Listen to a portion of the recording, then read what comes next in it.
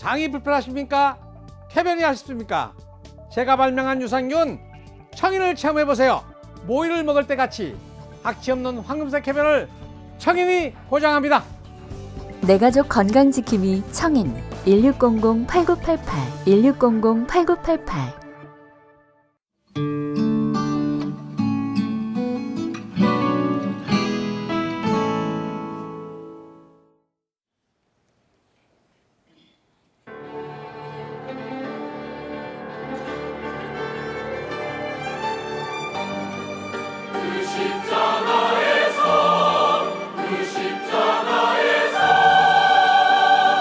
주님 고난 나셨네.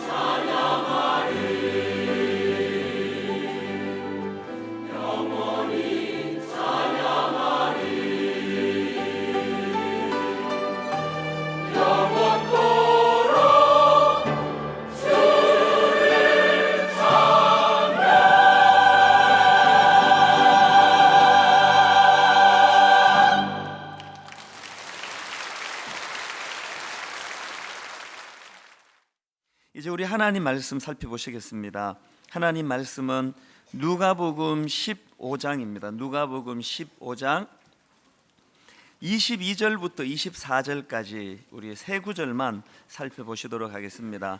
지난주에 이어서 탕자의 비유에 대해서 살펴보려고 하는데요. 누가복음 15장 22절부터 24절까지 우리 한 목소리로 22절부터 같이 읽도록 합니다. 같이 읽습니다. 아버지는 종들에게 이르되 제일 좋은 옷을 내어다가 입히고 손에 가락지를 끼우고 발에 신을 신기라.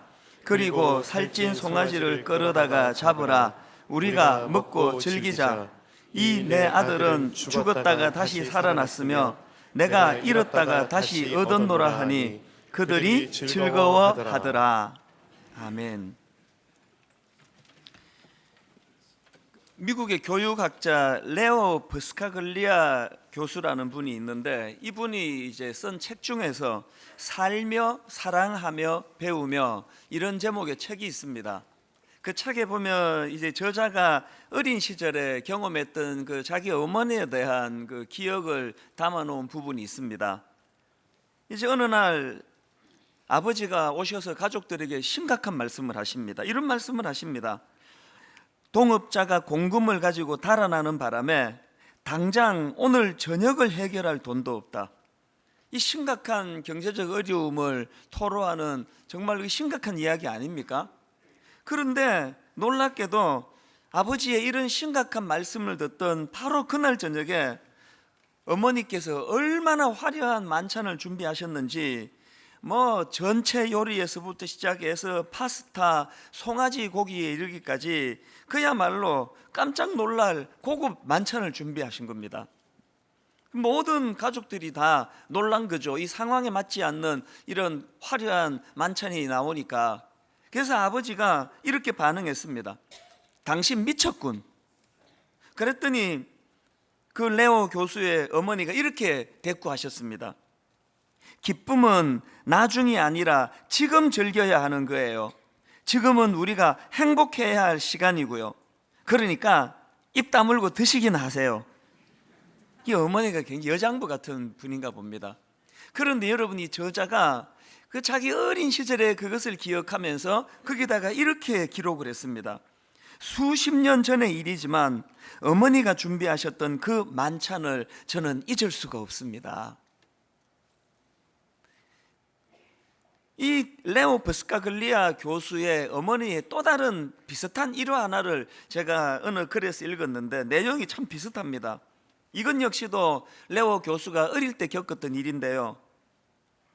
그날도 이제 심각한 말씀을 아버지가 하신 거예요. 이 아버지가 뭐라 말씀하시는가 하니까 이제 이 사업이 파산하게 됐다는 겁니다. 이 앞에 이야기보다 훨씬 더 심각한 거 아닙니까? 근데 그날도 역시 아버지의 파산 소식을 들은 그날 저녁에 어머니는 화려한 저녁 잔치를 여셨는데요.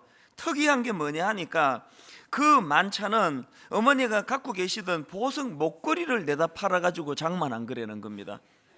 나중에 그 사실을 알게 된 친족들이 어머니를 많이 비난했답니다. 그랬더니 그 어머니께서 뭐라고 설명하셨는가 하니까 이렇게 말씀을 하셨습니다. 그날 저녁이야말로 우리 가족에게는 다른 어떤 때보다 기쁨이 필요했던 저녁이기 때문입니다. 그 참 지혜로운 어머니 같아요. 그 나중에 자녀들이 이제 그 아버지에게 그때 그 소감이 어땠냐고 그렇게 아버지에게 여쭈니까요. 그 아버지가 이런 대답을 하셨답니다. 아내는 자신이 가지고 있던 보석보다 우리 가족이 더 소중하다는 사실을 우리에게 깨우쳐 주었고 나는 그날 다시 용기를 갖고 내 인생에 도전하기로 결심했단다. 저는 그 레오 교수님의 어머니의 그 두 이야기를 들으면서 정말 오늘 우리 시대야말로 끊임없이 어두운 이야기, 우울한 이야기, 이런 소식들이 들려지는 이 시대야말로 그 레오 교수 어머니가 배설하셨던 그 기쁨의 잔치, 이런 게 좀 필요한 시대다. 제가 그런 생각을 해보았습니다. 제가 이런 관점으로 이 성경 말씀을 쭉 생각을 해보니까요, 여러분이 성경에요, 의외로 이 잔치라는 용어가 의외로 많이 등장을 합니다. 그리고 예수님께서는 이 천국을 잔치집에다 비유해서 설명하시기도 하고요. 더군다나 예수님이 이 땅에 오셔서 제일 먼저 베푼 기적이 있지 않습니까? 첫사랑, 첫 경험, 뭐든지 이 첫째가 가진 의미가 있는데, 예수님이 이 땅에 오셔서 신적인 능력으로 제일 먼저 베푼 기적이요, 가나 혼인잔치, 잔치집에서 포도주가 떨어져 난감하는 그 집에 물을 포도주로 바꾸어 주시는, 이게 예수님의 첫 번째 기적이었습니다. 그리고 그것을 기록한 요한복음의 저자가 이 첫 번째 표적이라는 단어를 쓰는데, 이게 영어로 보니까 사인이더라고요. 그렇게 하신데 주님의 어떤 의도와 의미가 있다는 뜻입니다. 이런 맥락에서 제가 쭉 생각을 해보니까요, 오늘 지금 우리가 예수님이 들려주신 탕자의 비유를 살펴보고 있는데, 이 탕자의 비유도 결론이 어떻게 끝납니까? 다시 돌아온 그 둘째 아들을 위하여 아버지가 살찐 송아지를 잡아가지고 잔치를 배설하는 것으로 끝나는 게 이 이야기예요. 뭘 의미하겠습니까? 신앙생활에 있어서 이 하나님이 주시는 기쁨이라는 것, 하나님 주시는 이 잔치집 인생과 같은 하나님의 은혜를 맛보고 누린다는 것, 이게 생각보다 중요하다는 것입니다. 그래서 누가복음 2장 10절에 보면 예수 그리스도께서 이 땅에 오신 의미를 이렇게 부여합니다. 천사가 이르되 무서워하지 말라, 보라 내가 온 백성에게 미칠 큰 기쁨의 좋은 소식을 너희에게 전하노라. 그래서 예수님의 십자가를 복음이라고 그렇게 이야기하는 거예요. 저는 오늘 많은 손님들을 초청해 놓고 이론 몇 가지 말씀드리는 시간으로 이 시간을 쓰고 싶지 않습니다. 저는 이 시간이 사건이 일어나는 시간이 되기를 바랍니다. 어떤 사건이요? 제가 만난 예수 그리스도, 내 인생에 우울하기 짝이었고 소망에는 하나도 없던 낙심되고 절망된 그 순간에 나를 만나 주신 예수 그리스도, 그것이 저에게 사건이었고, 제게는 예수 그리스도가 큰 기쁨의 좋은 소식을 전해주신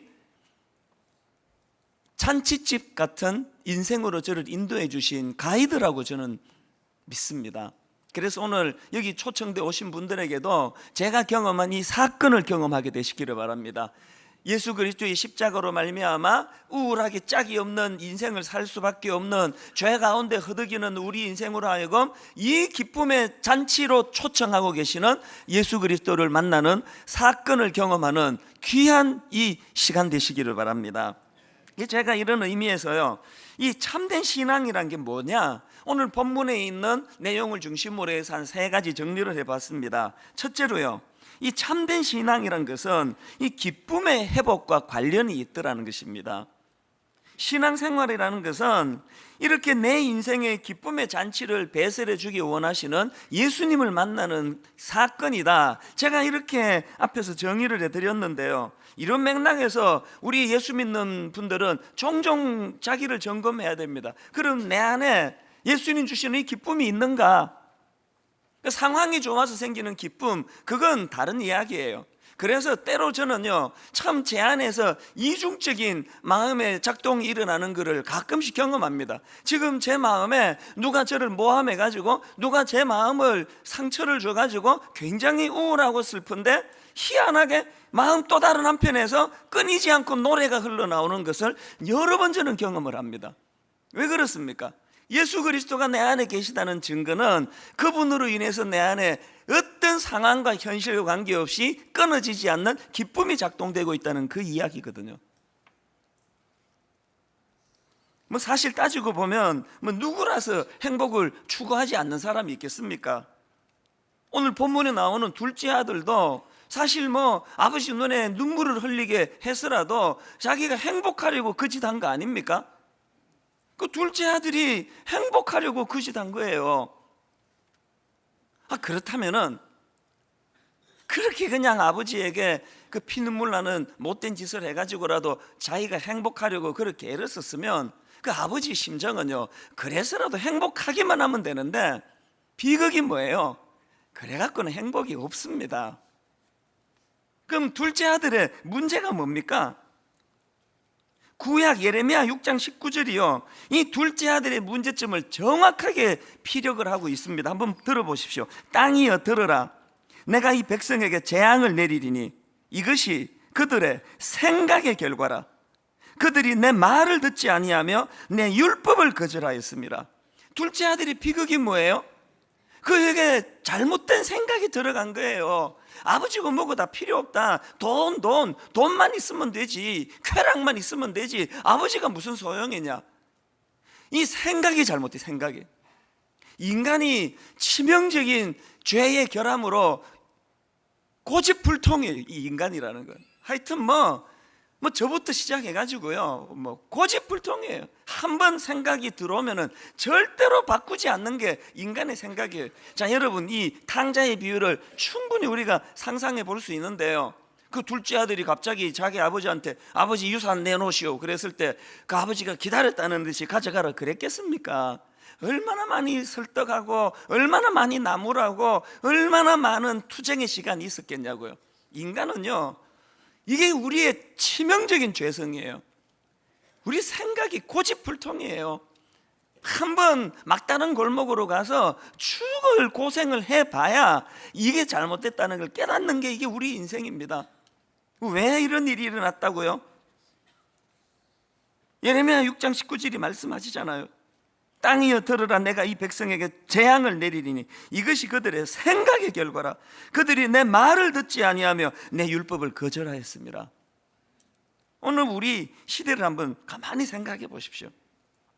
지금 우리는요, 60년대, 50년대, 60년대, 70년대 윗대 어른들은 상상도 할 수 없는 부를 누리는 시대 아닙니까? 세상에 이 경제적인 부유함, 문명의 발달, 그 스마트폰 같은 거 이거 아마 40년대, 50년대 어른들이 기절초풍하실 거예요. 이 조그마한 기계를 가지고 전 세계 누구랑도 소통이 되고 얼굴을 보고 대화를 하고 마음만 먹으면 안 닿는 곳이 없는 이런 네트워킹을 갖고 있는데 왜 우리 시대는 옛날 어른보다 더 고독합니까? 왜 더 외롭습니까? 왜 그렇게 지독한 가난으로 고통하던 그 윗대 어른들보다 우울증이 이렇게 더 급증합니까? 왜 수면제 없이는 잠을 못 이룹니까? 뭘 의미합니까? 둘째 아들이라는 거예요. 아버지고 뭐고 돈만 있으면 나 행복한 줄 알고 미친 듯이 잘 살아보세 잘 살아보세. 여러분 70년대 이 구호부터 잘못된 거 아닙니까? 그 잘 살아보세 잘 살아보세가 돈 벌어보세 돈 벌어보세 그거였는데 그래가지고 돈을 벌어보니까 잘 살게 되던가요? 이 치명적인 생각의 결함. 그렇다면은 또 이런 질문이 가능하겠죠? 그럼 둘째 아들은 어떻게 하다가 그런 잘못된 생각에 빠지게 되었나? 바로 요한계시록 19장에 그 대답이 나오는데요.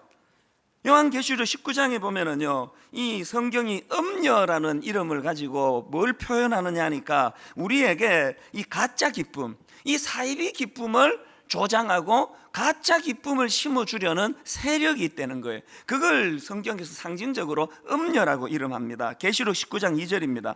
음행으로 땅을 더럽게 한 큰 음녀를 심판하사. 그리고는 17장 2절에 보면은 이 음녀의 특징을 알 수 있는데요, 땅의 임금들도 그와 더불어 음행하였고, 또 17장 4절 그 여자는 자주빛과 붉은빛 옷을 입고 금과 보석과 진주로 꾸미고 손에 금잔을 가졌는데 가정한 물건과 그의 음행에 더러운 것들이 가득하더라. 또 18장 3절 그 음행의 진노의 포도주로 말미암아 만국이 무너졌으며 또 땅의 왕들이 그와 더불어 음행하였으며 땅의 상인들도 그 사치의 세력으로 치부하였도다 하더라. 지금 여기서 묘사되고 있는 이 음녀라는 존재는요, 우리로 하여금 끝없는 쾌락의 길로 나아가도록 부추기는 세력이에요. 그리고 우리로 하여금 외모지상주의 또 이 사치의 자리로 유혹해서 끌고 가는 세력이에요. 둘째 아들이 왜 그런 잘못된 생각을 갖게 됐냐고요? 이 음녀, 영적으로 말하면 이 음녀의 유혹에 노출이 돼서 그렇습니다. 지난주에도 제가 저희 교회 그 특별 새벽 부흥의 기간 동안에 많은 분들이 그 새벽에 하나님의 만져주신 위로를 경험하고 그 감사를 게시판에 글을 많이 남겼다고 말씀드렸는데요, 거의 이 특별 새벽 부흥의 그 끝 무렵에 어떤 남자분이 거기다 글을 하나 올려주셨는데요, 이 제목이 굉장히 자극적이에요. 제목이 이랬습니다. 저는 불륜남입니다. 와, 이 굉장히 이거 도발적 아닙니까? 이 첫 내용부터 이래요. 한 여자를 사랑하여 결혼하여 가정을 꾸렸고 자녀를 낳아 나름대로 만족스러운 삶을 살던 제게 너무나도 매혹적인 한 여인이 접근하였고 저는 결국 그 여인을 좋아하게 되었고 아내와 있는 시간보다 그 여인과 더 많은 시간들을 함께 보냈습니다. 이젠 깊은 정이 들어 그녀의 존재감이 너무 커져 버렸음을 느낍니다. 과연 저는 이 잘못된 만남과 사랑으로부터 벗어나 온전한 가정을 회복할 수 있을까요? 심각한 이야기 아닙니까? 여러분, 왜 이 남자분이 그런 그 속에 있는 그 부끄러운 이야기를 게시판에 그렇게 올려야 되겠다고 그렇게 마음을 먹었을까요?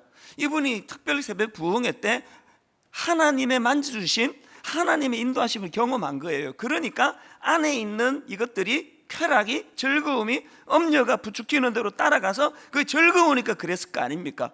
그것이 고통이 되는 거예요. 그분이 깨달은 게 뭐예요? 이게 영적인 문제구나. 이게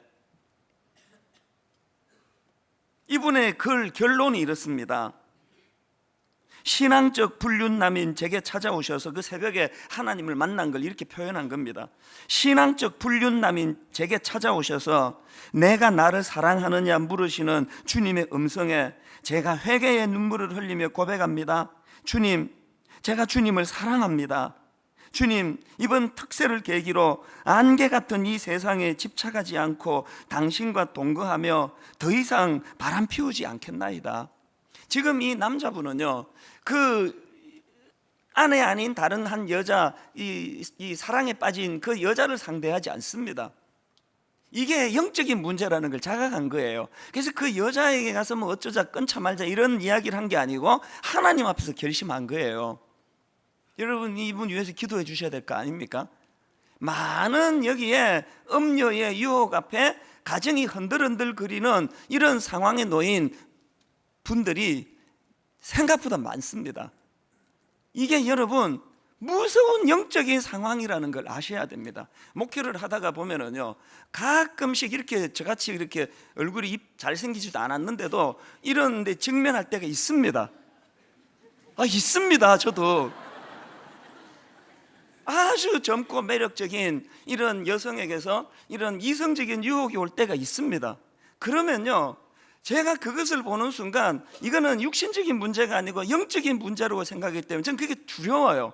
그러면 그 여자분이 아무리 매력적이고 화장을 잘했고 아무리 그냥 요즘 애들 말로 뭐 섹시 아니라 뭐 섹시 할아버지라 그래도요, 저는 그 사람이 음녀로 보이는 거예요. 음녀. 내 인생을 파괴시키는 골리앗이구나. 저게 막 징글징글한 거예요. 제가 다른 건 모르겠는데 그런 식으로 다가오는 유혹하는 사람에 대해서 지금까지 단 한순간도 마음이 흔들려 본 적이 없어요. 왜? 영적으로 보면 그것은 날 파괴시키는 음녀임이 분명하기 때문이에요. 저는 여기 우리 남자 성도님들 진심으로 축복합니다. 오늘 우리나라 구조를 한번 보세요. 음녀가 한반도 땅을 뒤덮은 상황 아닙니까? 회사 끝나고 한잔하러 가고 옆에 여자들 앉아서 한잔하고 2차 3차 가다가 상상을 초월하는 유혹이 많은 이 시대인데, 여기 우리 남성 여러분 모두에게 여러분 아내 말고 다른 여자 접근하는 그 모두가 영적으로 음녀로 보여지는 은혜가 있기를 주님 이름으로 축원합니다. 꼭 여자분만 아멘 하시거든. 이럴 때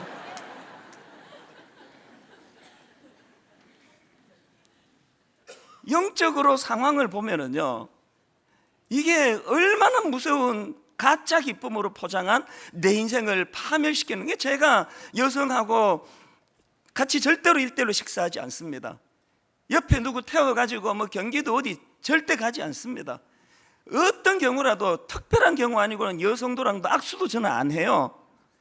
그 여성도가 음녀라서 그런 게 아니고요, 그 여성도와 나 사이에 음녀가 늘 공격하고 유혹하고 장난질 칠 위험이 있고 저는 거기에 한없이 약한 존재라는 걸 알기 때문이에요. 여러분, 이 세상이 던져주는 그 가짜 기쁨 여기에 놀아나면 반드시 파멸로 치닫는다는 걸 영적으로 자각하는 은혜가 있기를 바랍니다. 그런가 하면 두 번째로 참된 신앙이란 뭐냐? 이건요, 이 기대감의 회복과 관련이 있다는 것입니다. 이 요한복음 19장에서 사이비 기쁨을 가지고 유혹하는 음녀의 특징을 보니까요, 이 음녀가 던져주는 기쁨은 시제가 전부 현재형이에요. 생각해 보세요. 현실적으로 불륜, 쾌락, 외모지상주의, 사치, 이 전부 찰나적이고 다 현재적이에요. 그런가 하면은 성경이 제시하는 기쁨은요, 미래형이에요. 계시록 19장 7절입니다. 우리가 즐거워하고 크게 기뻐하며 그에게 영광을 돌리세. 어린 양의 혼인 기약이 이르렀고, 그 다음 보세요. 그의 아내가 자신을 준비하였으므로. 로마서 8장 17절에도 보니까 자녀이면 또한 상속자, 곧 하나님의 상속자요, 그리스도와 함께한 상속자니 우리가 그와 함께 영광을 받기 위하여 고난도 함께 받아야 할 것이라. 18절, 생각하건대 현재의 고난은 장차 우리에게 나타날 영광과 비교할 수 없도다. 내 신앙이 제대로 됐나 안 됐나를 점검하기 위해서는 나는 이 신앙 온갖 내 본능, 음료 다 이용해 먹고 예수님까지 동원해 가지고 내 현재의 어떤 쾌락, 내 현재의 그 목표, 내 현재의 즐거움을 누리는데 이 복음까지도 동원하고 있지 않는지를 점검해야 돼요. 한국교회가 타락했다고 한다면 저는 근본적인 원인이 여기 있다고 생각합니다. 오늘 여러분 예수 믿는다는 것 때문에 참아내야 하는 그 무엇이 있습니까? 분명히 매력적으로 다가오는 저 여자는 내 아내보다 훨씬 자상해요, 훨씬 매력적이에요, 훨씬 예뻐요. 왜 참아내야 됩니까? 세상 가치관은 그것을 지금 허용하는 거 아닙니까? 내가 주님을 사랑하기 때문에 이 말초적인 이 유혹을 이를 악물고 견뎌내야 되는 것, 이게 신앙생활의 대가 지불 아닙니까? 여러분은 예수님을 믿는다는 것 때문에 뭘 견뎌내고 있습니까? 뭘 참아내고 있습니까? 신앙은요, 소망이에요.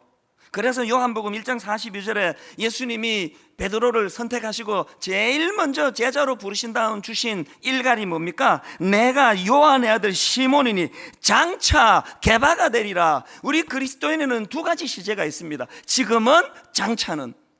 우리는 지금은을 누리는 인생이 아니에요. 교회가 비대해지고 분당 우리 교회가 대형화되고 분당 우리 교회가 누릴 게 많아지는 그 순간 이 교회는 변질로 치닫는다는 걸 두려워해야 돼요. 신앙은 지금은에 초점이 있는 게 아니에요. 장차는 개바가 되리라. 장차 반석 같은 사람을 낚는 어부가 되는 그 아름다운 꿈과 목표가 내게 있기 때문에 오늘을 견뎌내고 오늘을 참아내고 오늘의 많은 내가 누릴 기득권들을 눈물로 그것을 포기할 수 있는 힘, 이게 신앙인 줄로 저는 믿습니다. 제가 어느 글에 보니까요, 이런 대목이 있더라고요. 우울하게 사는 사람들의 대표적인 특징 가운데 하나는 미래를 비관한다는 것입니다. 희망이 없습니다. 미래에 대한 기대가 없습니다. 그래서 일에 대한 흥미도 즐거움도 없습니다.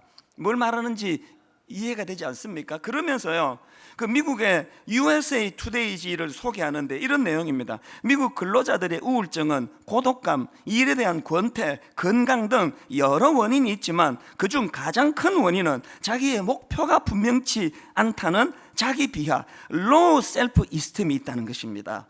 여기 제가 주목하는 게 뭐냐, 자기 스스로를 초라하게 생각하는 자기 비하하고 목표의식의 결여가 함수관계가 있다는 거예요. 왜 우울하냐고요?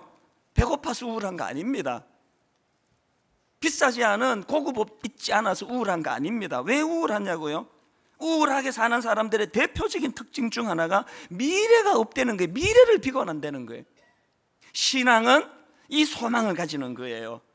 장차 그리스도와 함께 누릴 기쁨의 잔치를 위하여 현재의 고난, 음녀가 제공하는 현재의 쾌락, 현재의 즐거움을 기꺼이 포기할 수 있는 힘, 오늘 예배드리는 모든 성도님들에게 이 능력이 나타나기를 주님 이름으로 축복합니다. 자, 그런가 하면은 참된 신앙과 관련한 세 번째가 뭐냐 하니까요, 이 기쁨과 기대감은 십자가에서 나오는 능력이라는 것입니다. 저는 오늘 본문에서 이 비유의 말씀을 들려주시는 예수님의 심정이 참 와닿는데요, 지난주에도 읽어드렸습니다만 이 비유의 말씀을 주신 배경, 누가복음 15장 1절부터 3절 다시 한번 보십시오. 모든 세리와 죄인들이 말씀을 들으러 가까이 나아오니 바리새인과 서기관들이 수군거려 이르되 이 사람이 죄인을 영접하고 음식을 같이 먹는다 하더라. 예수께서 그들에게 이 비유로 이르시되, 지금 예수님이 탕자의 비유, 또 이런 양의 비유, 이런 드라크마의 비유, 세 비유를 들려주시는 대상이 두 부류인 거예요. 한쪽은 누굽니까? 그 당시 백성들의 세금을 도적질해 먹던, 그래서 사람들로부터 그냥 인간 취급을 못 받던 그 세리, 또 죄인들, 그 비참한 인생 아닙니까? 돈 그래가지고 그냥 뭐 돈만 끌어내지 뭐 누가 남 욕하는 게 이게 무슨 인간이요, 수치심을 모르는 그 순간이 짐승이 되는 거예요. 그 불쌍한 인생이에요, 이 죄인과 서기관. 그런가 하면 또 한쪽의 부류의 사람은 뭐예요? 서기관들과 바리새인. 예수님이 보니까요, 둘 다 똑같은 거예요. 공통점이 뭐예요?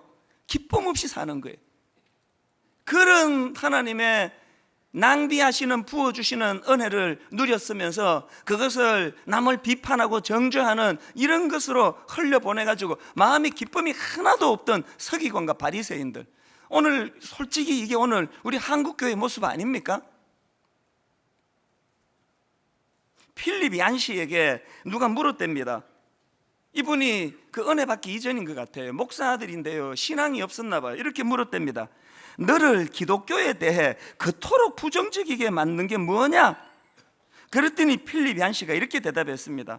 목사인 우리 아버지 교회 교인들 치고 인생을 즐길 줄 아는 사람을 한 명도 못 봤거든. 저는요, 우리 기성세대가 우리 다음 세대 젊은이들, 청소년들에게 죄인이라고 생각해요. 청년들 지금 교회 막 떠나고 있습니다. 왜 떠납니까? 필립 얀시 대답에서 답 다 나오는 거 아닙니까? 교회라고 가보면은 두 부류밖에 없어요. 이름은 크리스찬이라 그러면서 세금 떼먹고 못된 짓 하고 자기 탐욕을 위하여 예수 이름까지 동원해가지고 세리, 여기는 얻어먹는 죄인, 이런 사람. 아니면 또 한 부류는 거의 그 신앙적인 자아도취에 빠져가지고 그냥 자기만 최고고 맨날 비판하고 정죄하고 얼굴에 그냥 쌍심지를 돋우면서 분노가 가득 차 있는 이런 부류의 사람들이 교회 안에 득실하니까 자식들이 보고 교회 매력 없다, 아 저렇게 될까봐 내가 겁난다. 오늘 우리가 회개해야 되는 건요, 주님의 그 은혜를 서기관 되는 것, 바리새인 되는 것으로 흘려보냈다는 거. 그래서 오늘 우리가 먼저 회개해야 돼요. 내 안에 이 기쁨이 없다. 죄인과 세리 이상으로 하나님 앞에서 비정상적인 모습이에요. 그 예수님께서 이 두 부류의 사람들을 보니까 마음이 아프신 거 아닙니까? 그래서 이 탕자의 비유를 들려주시면서 저는 예수님께서 그 십자가를 생각하셨다고 그런 짐작을 해봐요. 너희들 이 돌아온 탕자를 위하여 살찐 송아지를 잡아 잔치를 배설하시는 이 아버지의 마음을 너희들이 아느냐? 오늘도 하나님께서는 너희들 기쁨 없이 살아가는 너희들을 이 기쁨의 잔치, 행복의 잔치로 초대하고 계시다. 그 일을 위하여 내가 십자가 지러 이 땅에 오고. 제가 감격하는 게 뭐냐면요, 한국교회가 이렇게 변질이 됐다, 타락이 됐다, 이런 비난을 받는 이 상황에서도요, 하루가 멀다 하고 십자가의 능력으로 변화된 기쁨의 간정의 편지, 이메일 끊이지 않고 들어옵니다. 이게 제가 누리는 특권이에요. 지난주도요, 어떤 분이 장문의 편지와 함께 현금으로 100만 원을 거기다가 넣어가지고 전해주셨어요. 수고했는데 목사님 이것 가지고 맛있는 거 사드세요, 그러려고 주신 게 아니고요, 우리가 지금 하고 있는 그 무슨 헌금입니까? 긴급 구호 헌금, 여기에 좀 전해주세요. 본인이 직접 하셔도 되는데 왜 그걸 저를 통해서 주셨을까 생각해 보니까 이분이 그 마음의 기쁨을 저랑 나누고 싶으신 거예요. 내용을 봤더니 참 감동적이에요. 이분의 남편이 어릴 때부터 상처가 많으신 분 같아요. 그래서 신혼 때부터 마음이 여리고 그러셨겠죠. 그러니까 딴 데서 그 상처를 해소를 못하니까요, 이 아내에게 다 퍼부은 거예요. 신혼 때부터 폭언, 폭력, 또 시댁의 부당한 대우, 이런 걸로 너무나 많은 상처를 이분이 받은 거예요. 이분 그냥 정상적인 가정을 영위할 수 없는 상황이에요. 본인도 본인인데요, 그 자라는 아이들이 그것을 다 지켜봤으니까요, 얼마나 상처가 많겠습니까? 큰아이가 사춘기가 되면서 절규하더래요. 절규. 제발 이 집 좀 떠나게 해달라. 이 집 내가 못 살겠다. 이 집 좀 떠나게 해달라. 미국이든 어디든 좋으니까 나 이 집 좀 떠나게 해달라. 견딜 수 없는 상처 가운데 있어가지고요, 어쩔 수 없이 그 아이를 격리하는 차원에서 미국으로 유학을 보낸 거예요. 근데 이 아이가 저도 만나봤는데 참 괜찮은 애예요. 이 어린애가 미국으로 유학 가면서 자기 아버지에게 두 가지 눈물의 부탁을 한 거예요. 하나가 뭐냐 하니까, 아버지 제발 아버지 학교에 좀 가주세요. 아버지 학교라고요, 우리 크리스찬들 남성들이 모여가지고 하나님 앞에 좋은 아버지를 되기 위하여 애쓰는 그런 그룹이 있는데 거기에 참여하라는 거예요. 그리고 또 하나 이 아이의 부탁이 뭐냐, 분당 우리 교회 가서 예배를 드리라는 거예요. 그 참 어린애가 너무 그 기특한 마음 아닙니까? 그 아버지가 그 뭐 말을 듣겠습니까? 그런데 그 어린아이의 그 눈물의 기도가 응답이 됐나 봐요. 아버지 마음을 고쳐먹고 이제 우리 교회를 나오기 시작한 거예요. 그 부분 한번 들어보세요. 편지 내용입니다. 본당에서 예배 드리며 매일 울기만 했습니다. 교회에서 운다고 창피하다던 남편은 이제는 저보다 더 웁니다. 그 남편이 예배를 통해서 하나님의 터치를 통해서 변화가 된 거예요.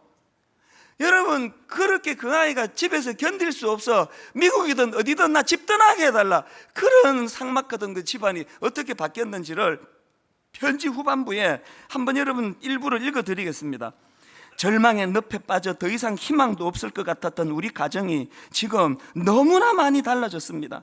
남편도 정말 많이 바뀌게 되었습니다. 다락방과 주위 많은 분들의 기도와 목사님의 말씀, 무엇보다도 하나님의 은혜로 저희 가정이 정말 많이 바뀌게 되었습니다. 특세, 그때그때의 모든 말씀이 바로 저에게 주시는 맞춤형 말씀이었는데, 이번 특세는 우리 가정의 문제와 해결 방향의 결론을 내어주는 그런 말씀이었습니다. 첫날 주신 말씀, 아하수에로 왕의 세 가지 잘못된 점, 책임 전가, 대화 부족, 고집불통. 저는 정말 깜짝 놀랐습니다. 제가 매일 했던 우리 집의 문제점이라 꼽았던 바로 그 세 가지. 예배를 마치고 집으로 돌아가면서 남편이 그러더군요. 속이 시원하겠다고. 그래서 제가 목사님께 내가 원고 만들어줬다, 이런 농담까지 했답니다.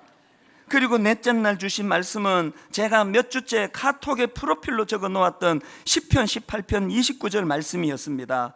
너무나 감사했고 너무나 큰 은혜를 받았습니다. 저희 가정에 희망의 메시지를 주신 거 모든 것에 감사했습니다. 냉랭하고 언제 터질지 모르는 긴장감이 감돌던 집안 분위기는 이제 따뜻한 온기가 느껴집니다. 사는 것이 이런 거구나 하면 편안함이 느껴집니다. 집에는 이제 찬양이, 기도가 계속 넘칩니다. 아버지 학교를 다녀온 후 남편은 아침부터 저와 아이들에게 축복의 기도를 해줍니다. 딸도 아빠도 저도 모두가 같이 상처를 지워보려고 같이, 그리고 각자 열심히 기도하며 하나님께 매달립니다. 오늘도 기쁨을 잃어버린 그 가정에 잔치집으로 초청하시는 예수 그리스도의 십자가로 말미암아 가정이 변화되니 너무 기쁘니, 너무 감사하니 유학 같은 그 해가 돌아왔어요. 가정이 이제 회복을 향해 나아가는 거예요. 그 기쁨이 커서 그 은혜를 잊을 수 없어서 100만 원이라는 큰 돈을 긴급 구호, 경제적으로 어려움을 겪는 이웃에게 사용하라고 헌금을 맡겨주시는 거예요. 제가 누리는 특권은요, 저는요 이런 류의 편지를요 한 주일에 몇 통씩 받는 사람이에요. 오늘도 하나님 살아계십니다. 오늘도 하나님 일하십니다. 오늘도 하나님 음녀에게 속아가지고 찰나의 쾌락을 추구하다가 절망에 빠져있는 수많은 인생들을 향하여 살찐 송아지를 잡아 잔치를 배설하시는 은혜로 우리를 인도하십니다. 우리의 이 굳어진 생각, 아버지고 뭐고 하나님이고 뭐고 돈만 있으면 나는 행복해, 그 둘째 아들의 그 생각을 내려놓고 하나님과의 관계 회복하는 자들에게 주시는 이 잔치집 같은 인생, 이 복된 인생의 삶을 누리시는 여러분 되시기를 바랍니다. 여러분, 이 시간 같이 부르고 싶은 찬양이에요. 하나님의 사랑을 사모하는 자. 제가 십수년 부르고 또 불러도 질리지 않는 찬양입니다. 오늘 가사를 생각하시면서 십자가 하나님의 사랑을 이 안에 녹여 이렇게 찬양합니다. 하나님의 사랑을 사모하는 자, 하나님의 사랑을 사모하는 하나님의 평안을 바라보는 자, 하나님의 평안을 바라보는 자, 너의 모든 것 창조하신 우리 주님이, 여러분 이 사실을 기억하십시오. 너를 얼마나 사랑하시는지. 하나님께 찬양과 경배하는 자, 하나님의 선하심을 닮아가는 자, 너의 모든 것 창조하신 우리 주님이 너를 자녀 삼으셨네. 하나님 사랑의 눈으로 너를 어느 때나 바라보시고 하나님 인자한 귀로서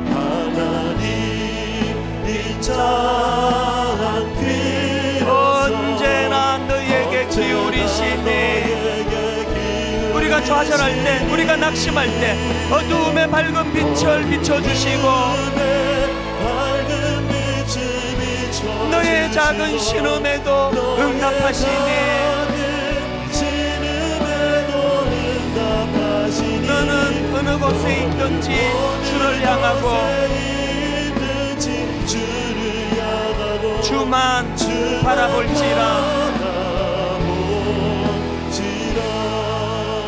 여러분, 이 시간 저는요, 여기 큰아들도 있고 둘째 아들도 있습니다. 하나님을 잘 몰라서 그렇게 세상에서 혼미하게 사셨던 분도 계시고 큰아들도 계세요. 매주일이면 교회를 나오지만 그 아버지의 마음을 헤아리지 못하는 큰아들. 그래서 받은 은혜를 남과 비교하고 남을 정죄하고 비난하고, 그래서 내 마음의 기쁨을 다 쏟아버리는 그런 분들도 여기 계세요. 저는 오늘 둘째 아들 큰아들 가리지 않고, 하나님, 내가 발견한 거 내 마음에 기쁨이 없습니다. 내 마음에 평안이 없습니다. 아까 읽어드린 편지의 주인공처럼 드라마틱한 가정의 변화, 삶의 변화, 남편의 변화, 자녀의 변화, 가슴이 터질 것 같은 이 감격이 저에게 없습니다. 그런가 하면은 앞에서 인용해드렸던 나는 불륜남입니다 이렇게 고백했던 그분처럼 죄와 싸우려고 피 흘리며 노력하는 몸부림이 제게는 없습니다. 세상과 타협하며 살아가고 있는 저의 모습입니다. 어느 쪽이든 괜찮습니다. 이 시간 저는 여러분 하나님의 기쁨의 잔치 초청에 반응하는 여러분 되시기를 바랍니다. 오늘 초청되어 오신 분, 초청해 주신 분과 더불어 같이 일어나 주시기를 바라고요. 그런가 하면 아버지, 나는 큰아들입니다. 저 역시도 변화가 필요하고 십자가가 필요합니다. 그런 분이 계시면 자리에서 일어나시기를 바랍니다. 여러분 위해 제가 기도해 드리고 싶습니다. 사람 의식하지 마십시오. 하나님만 바라보십시오.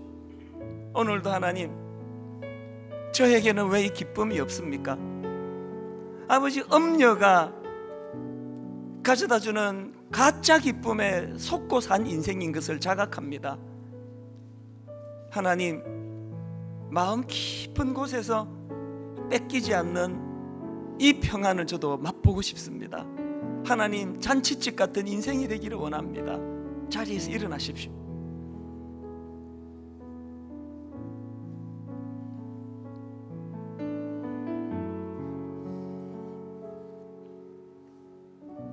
우리 후렴 한 번 더 찬양을 부를 때 하나님의 음성이 찬양 안에 배어 있기를 원합니다. 하나님 사랑의 눈으로. 우리 일어나신 분들 주님 이름으로 축복합니다. 너를 어느 때나 바라보시고 하나님 인자한 귀로서 언제나 너에게 기울이시니 어두움의 밝은 빛을 비춰주시고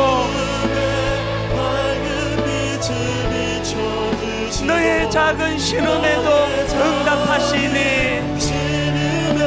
여러분이 복 받으시기 원합니다. 너는 어느 곳에 있든지 주를 향하고 주만 바라볼지라. 우리 다 자리에서 일어나셔서 하나님 사랑의 눈으로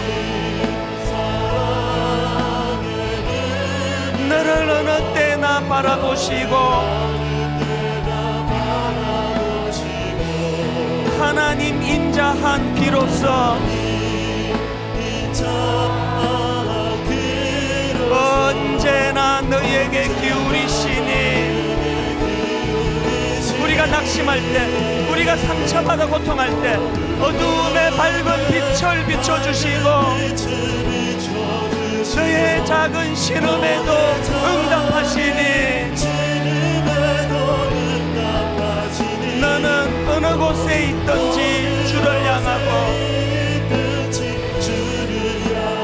주만 바라볼지라. 주만 바라볼지라.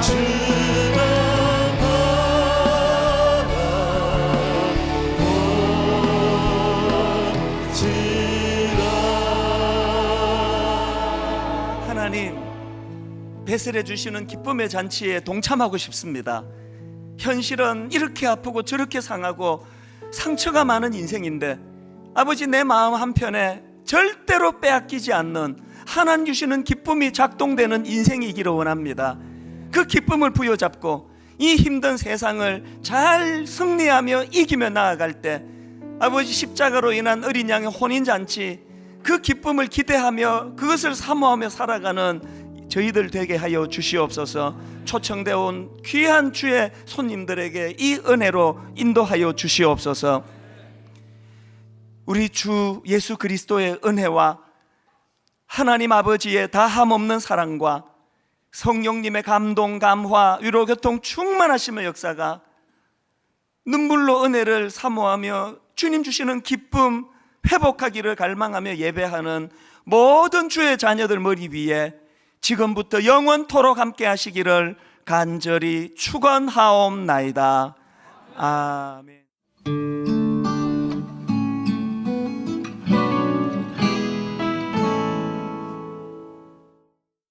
장이 불편하십니까?